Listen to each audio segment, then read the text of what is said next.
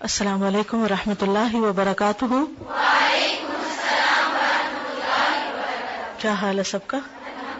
الحمد للہ۔ نحمده ونصلی علی رسولہ الکریم، اما بعد فاعوذ باللہ من الشیطان الرجیم، بسم اللہ الرحمن الرحیم، رب اشرح لی صدری ویسر لی امری واحلل عقدۃ من لسانی یفقہوا قولی۔ فصل 60، عقوبات قدریہ کی ذیلی اقسام۔ دو طرح کی عقوبات تھی نا، سزائیں۔ ایک کون سی تھی؟ شرعیہ، اور دوسری قدریہ۔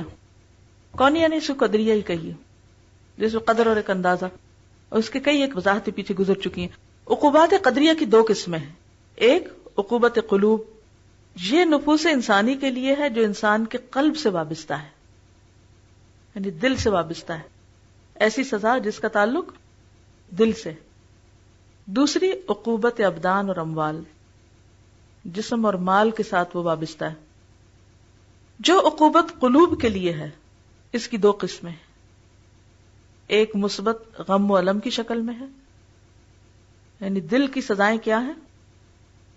غم و الم۔ کبھی سوچا ہم نے یہ جو موڈ آف رہنا، اداس رہنا، غمگین رہنا، پریشان رہنا، ہم اپنے آپ کو قابل رحم سمجھتے ہیں، جبکہ یہ بھی سزا کی ایک قسم ہو سکتی ہے۔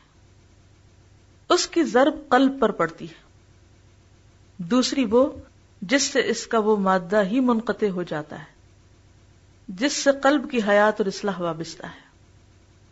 دل ایک زمین کی طرح نا، تو زمین پر اگر پانی اور نمی ہو تو کیا ہوتا ہے؟ بہت کچھ اگتا ہے، اور اگر وہ خشک ہو جائے تو بنجر، یعنی بے حسی، کچھ ہے ہی نہیں، کوئی امنگ ہی نہیں، کوئی امید ہی نہیں، اور کوئی خیر کے ارادے ہی نہیں، کوئی نیت ہی نہیں، کچھ کرنے کا جذبہ ہی نہیں۔ یہ مادہ جب منقطع ہو جاتا ہے تو پھر اس کی جگہ اس کی ازداد پیدا ہو جاتی ہیں، اپوزٹ چیزیں آ جاتی ہیں۔ دل میں اگر وہ چیز نہیں ہے جو ہونی چاہیے تو پھر کیا آ جائے گا؟ وہ آ جائے گا جو نہیں ہونا چاہیے۔ یہ اصل میں سمجھنے کی بات ہے۔ اگر دل میں اللہ کی محبت نہیں ہے تو کیا ہوگا؟ دوسری چیزیں آ جائیں گی، یعنی اوور پاور کر جائیں گی، ان کی کثرت ہو جائے گی۔ ان دو قسم کی عقوبتوں میں سخت ترین عقوبت قلوب کی عقوبت ہے۔ دل کی سزا سب سے بڑی سزا ہے، اور قلوب کی عقوبت ہی عقوبت ابدان کی اصل اور جڑ ہے، اور جسم بھی بیمار اسی کے تابع ہوتا ہے۔ قلوب کی عقوبت اگر قوی، بھاری اور شدید ہو جائے تو وہ قلب سے متجاوز ہو کر جسم تک اس طرح پہنچ جاتی ہے جس طرح بدن کی تکلیف قلب تک سرایت کر جاتی ہے، یعنی وائس ورثہ ہو رہا ہوتا ہے۔ دل پہ اتنا شدید غم لگا کہ دل بھر گیا، اور وہ بھر کے جب سپل آؤٹ ہوا تو اس کا اثر کہاں چلا گیا؟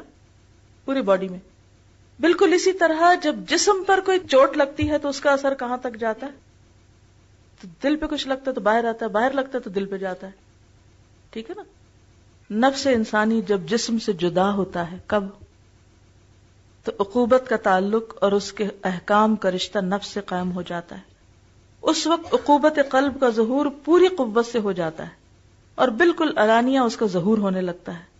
اسی عقوبت کا نام عذاب قبر ہے۔ اس وقت عذاب قلب کو برزخ سے وہ نسبت ہوتی ہے جو عذاب ابدان کو اس دنیا سے نسبت ہے۔ یعنی موت کے وقت سب سے زیادہ غم کس کو ہو سکتا ہے؟ موت کے وقت سب سے زیادہ غم کس کو ہو سکتا ہے؟ مرنے والے کو۔ مرنے والے کو کیا غم ہو سکتا ہے؟ دوزخ کا خوف؟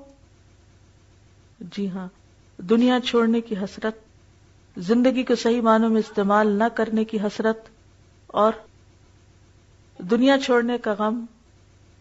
آگے جو آخرت میں جس طرح کے فرشتے نظر آئیں گے ان کو دیکھ کر، اور وہ جو خبر لے کر آئیں گے، اگر تو اچھی خبر ہے تو پھر غم نہیں ہوگے، لیکن اگر وہ بری خبر ہے اور فرشتے جو ہیں وہ بہت ہی بھیانک شکل میں آئے تو انسان کو پتہ چل جائے گا کہ میں کدھر جا رہا ہوں۔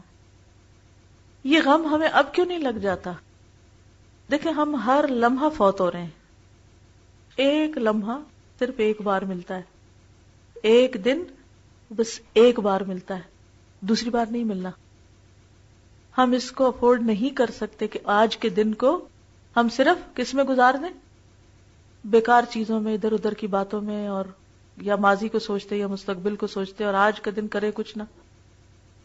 جیسے کل بھی بات ہو رہی تھی نا کہ انسان کی بھی بہت عجیب تضادات ہیں. مال کمانے کے لیے صحت برباد کرتا ہے، پھر صحت بچانے کے لیے مال برباد کر دیتا ہے. آخر میں ہاتھ میں کیا رہ جاتا ہے؟ کیا چھوڑ کے جاتا ہے اور کیا لے کر جاتا ہے؟ زندگی میں یقین نہیں ہوتا موت کا، جبکہ ہم ہر لمحہ مر رہے ہیں. دیکھیں یہ تو لوگوں کا ان کے عمل ہے نا. ہمیں تو اس بات کے لیے نہیں کہا گیا کہ ہم لوگوں کی چھپی ہوئی باتوں کو یا ان کے ایسے عمل ہے کہ جو چھپ کے کرتے ہیں یا علانیہ بھی کرتے ہیں. ہمیں سب سے زیادہ فکر خود اپنے عمل کی. دیکھیں ساری دنیا بھی بری ہو جائے نا، اگر ہم سرخرو ہو گئے تو پار لگ گئے، اور اگر ساری دنیا بھی کامیاب ہو گئی اور ہم نے اپنی اصلاح نہ کی تو مشکل وہاں ہوگی. جو کچھ بھی سیکھیں اپنے لیے سب سے پہلے سیکھیں کہ مجھے تبدیلی کرنی ہے اپنے اندر. جب آپ کے اندر آ گئی تو آپ دوسروں میں بھی لا سکیں گے. جو چیز ہم اپنے اندر نہیں پیدا کر سکتے وہ کسی دوسرے کو بھی نہیں سکھا سکتے. بس اللہ تعالیٰ ہمیں وہ حکمت اور سمجھ دے جو واقعی ہمارے دل کو بدل دے اور دل کے ساتھ پھر اپنے عمل اور باقی چیزوں میں تبدیلی کر دے. اللہ تعالیٰ ہم سب کا حامی و ناصر ہو. وآخر دعوانا ان الحمد للہ رب العالمین. سبحانک اللہم و بحمدک نشہد ان لا الہ الا انت نستغفرک و نتوب الیک. السلام علیکم ورحمۃ اللہ وبرکاتہ.